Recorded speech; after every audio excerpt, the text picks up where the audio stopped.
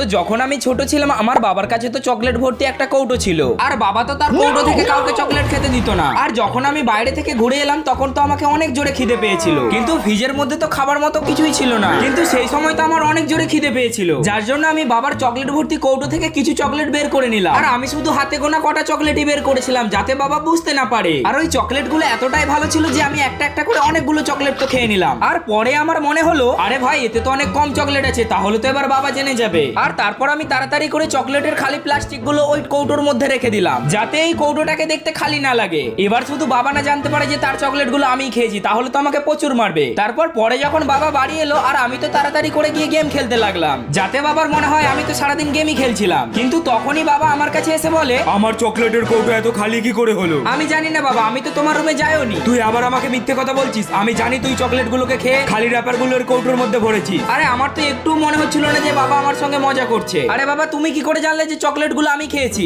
কি এর মানে চকলেট গুলো তুই খেয়েছিস?